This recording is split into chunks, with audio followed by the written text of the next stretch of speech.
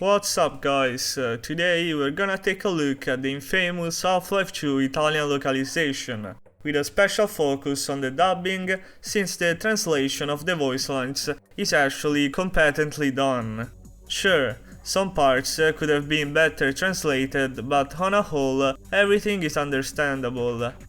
But the Italian voiceovers, good god, it's something that would make any Italians cringe, and even if you're not Italian, you will cringe nonetheless by hearing the way these guys sound. Let's start from the NPCs, since they are the first entities you meet. Once you start interacting with them, you will feel like the train has just brought the Freeman to a refugee center for immigrants. Beh, fine del viaggio. Because literally, every NPC speaks Italian with an accent that any native Italian speaker would associate to a foreigner. City 17 è così accogliente che ho deciso di stabilire la mia amministrazione qui. And you know what? It kinda makes sense for all the deported NPCs to have an accent, since they may have been brought to City 17 from random corners of the world. However, the end results is definitely goofy. Ma questo è tutto ciò che mi rimane. D'accordo, vado, ok. And what contributes the most to this goofiness is the voices of these guys. Non bere l'acqua. Ci mettono qualcosa per farti dimenticare. Non ricordo nemmeno come sono arrivato qui. In fact, it's as if the criteria the translation team followed was to hire all the worst sounding voices they could encounter. Just hear how off-putting all these guys sound. Presto, nel seminterrato. I gunship saranno qui a momenti. Il colonnello sarà felice di vederla. Hired weren't even professional voice actors. There are not a lot of informations surrounding the Italian Half-Life 2 dub, but I found one post from an old school gaming forum, Games Village, where apparently a guy went to a translation convention where he met and interviewed Laura Palmieri, a professional voice actress who voices Judith Mossman, which might be the only well voice acted main character in the game. Oh, dottor Freeman, dovrebbe stare con Eli. Vada, vi raggiungo tra poco.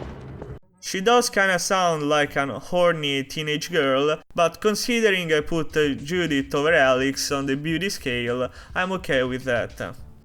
So, in this interview, Laura confirms that most of the voice actors were indeed just random people found on the streets, without any previous professional voice acting experience, and that Valve instructed them to read the voice lines with an Eastern European accent.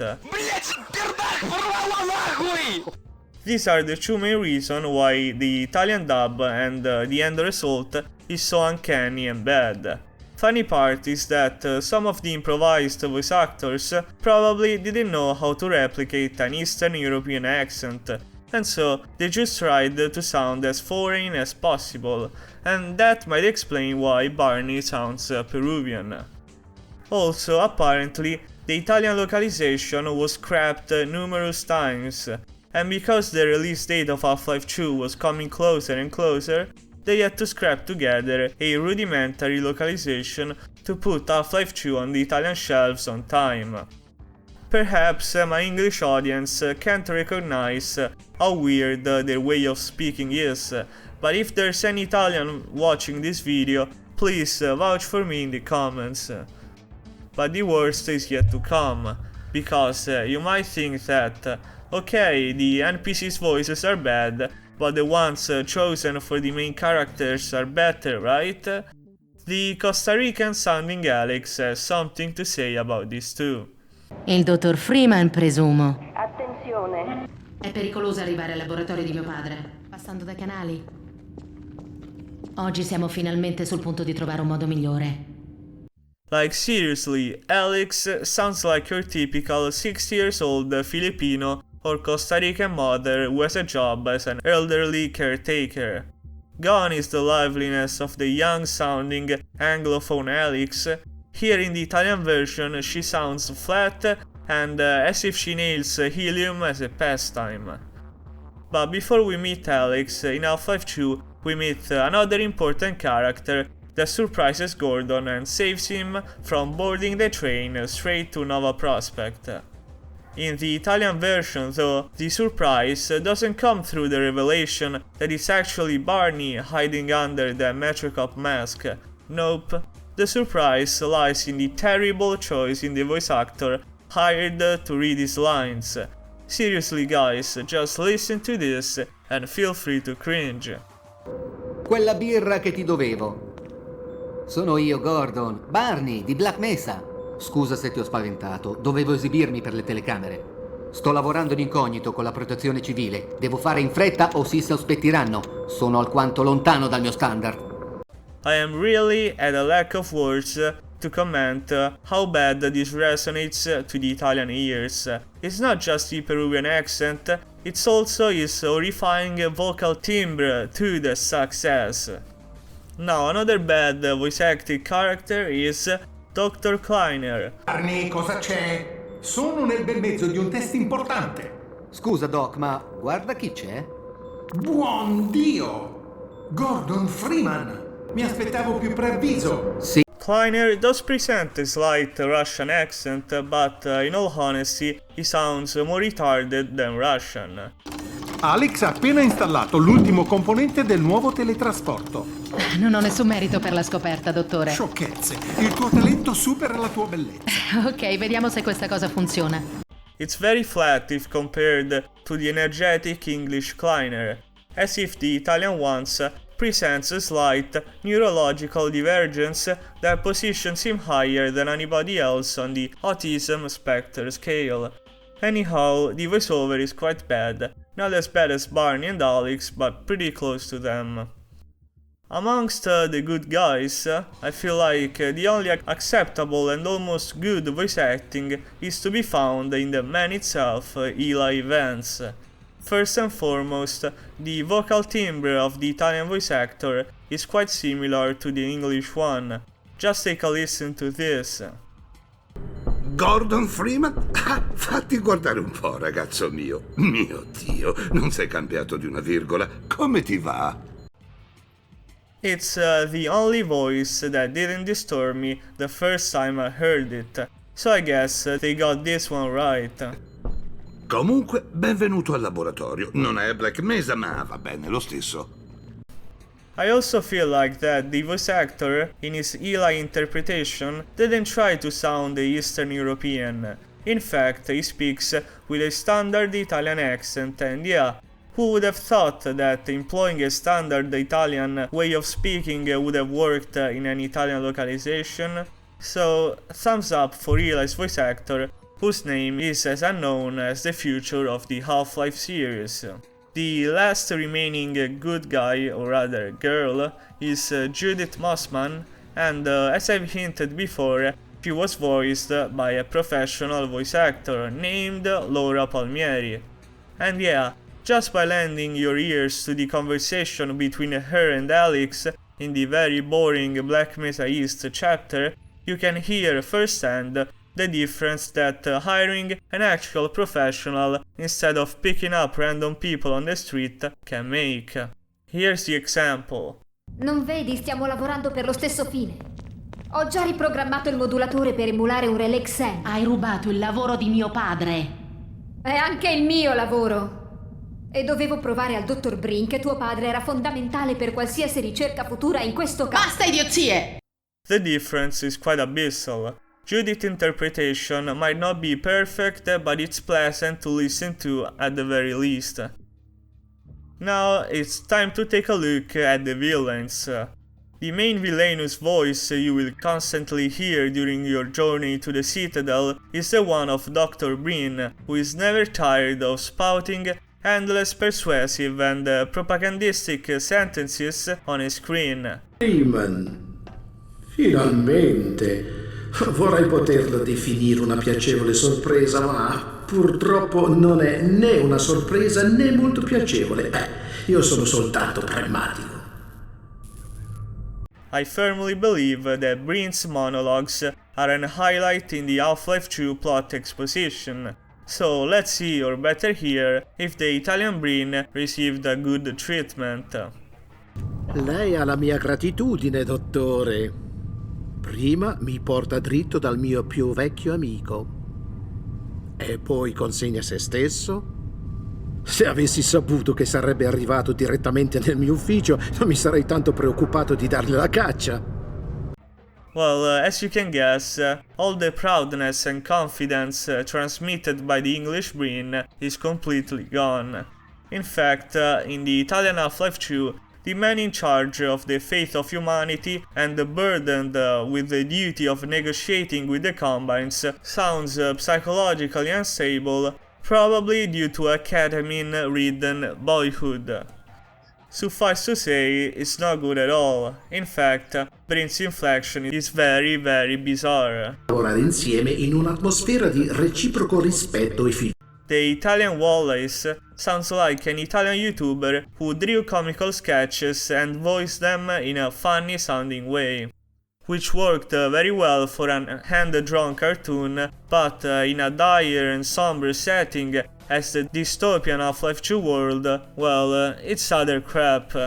So I guess we need to wish farewell to the proudness of the original brain, because in the Italian version we got a comedian brain with brain damage. Now, the last remaining main character in Half-Life 2 who might be or might not be considered a villain is the G-Man. I must admit that the first time I heard the Italian version of the government man, I was kinda startled by its voice and speech cadence and immediately deemed it bad. But is it really that bad? Let's take a listen. Si svegli, Mr. Freeman, si svegli. Non che voglia insinuare che lei abbia dormito sul lavoro. Nessuno merita riposo più di lei, ma tutti gli sforzi del mondo risulterebbero vani finché... diciamo solo che è di nuovo giunto il suo momento. After all, the G-Man voiceover is not too shabby. I do dig the scornful tonality of his voice, and the attempts of sounding as Balkan as possible make the Italian G-Man sound more alien than the Half-Life 2 English one. In fact, I believe that Michael Shapiro, in its Half-Life 2 interpretation, tried to sound a bit warmer and more fatherly than in the Half-Life 1 version, where the G-Man sounds as cold, detached, and as outwardly as ever. I'm quite convinced that the Italian Half-Life 2 voice actor took Shapiro's Half-Life 1 interpretation as a reference, and thus the Italian Half-Life 2 G-Man aligns closer to the Half-Life 1 original G-Man more than the Half-Life 2 one. And you know what, I'm perfectly okay with it, since it manages to capture the same aura of mystery and weirdness that everyone loves about the G-Man. So yeah, this one is actually decent, and I feel like the interpretation in the final speech is better than the one in the initial speech. Darle un'imposizione arbitraria, Dottor Freeman. Confido che tutto le sarà più chiaro nel corso del... Beh, non mi è permesso parlarne. More examples of decent voice acting are to be found in all those voices that have been modified by a voice filter. And as we all know, the Combine masks do modify their voices, and the Italian voice lines are just as cool, resounding methodical and menacing as the English ones. La Latina. Citazione per esistenza. Torna indietro subito. Non muovete. Fermo. In my opinion, the adaptation of the Combine works very well. So, thumbs up, it's good. The second filtered voice in Half-Life 2 comes from the announcer that can be found in Nova Prospect. It's cold and professional. It sounds just about right. Allarme sicurezza. Rilevate armi non registrate. Campo di confisca attivato. Now, the last minor character we might wanna take a look at, it's a character that in Half-Life 2 is the equivalent of Half-Life 1's clumsy looking Otis. It's Captain Odessa, and here's how it sounds in Italian. Questo lanciarazzi irregolabile è la nostra arma migliore per abbattere un gunship. Ah, eccola! Sarò da lei in un attimo. Dov'ero rimasto? Ah, sì. Well, even though it's a minor character, it's still better than Barney, Alex and Kleiner. At the very least, an Eastern European accent is what we expect from a character named after an Eastern European sea, such as Odessa. So, what are my closing thoughts on this Half-Life 2 Italian localization? That it's horrible, that at least Gordon Freeman was voiced well, and that Half-Life 1 is better. By browsing the internet, we can see how many old-school Italian gaming forums are pestered with posts dating back to late 2004-2005, where they complain about the low quality of this localization. And mind you, in 2005, not a lot of Italians knew the English language, and if you did, asked for guidance on how to change the language on the newborn Steam client, of which nobody was accustomed to. So, I think that I've covered all that there's to cover. If I missed anything, let me know in the comments, and if you like the video, you know what you have to do.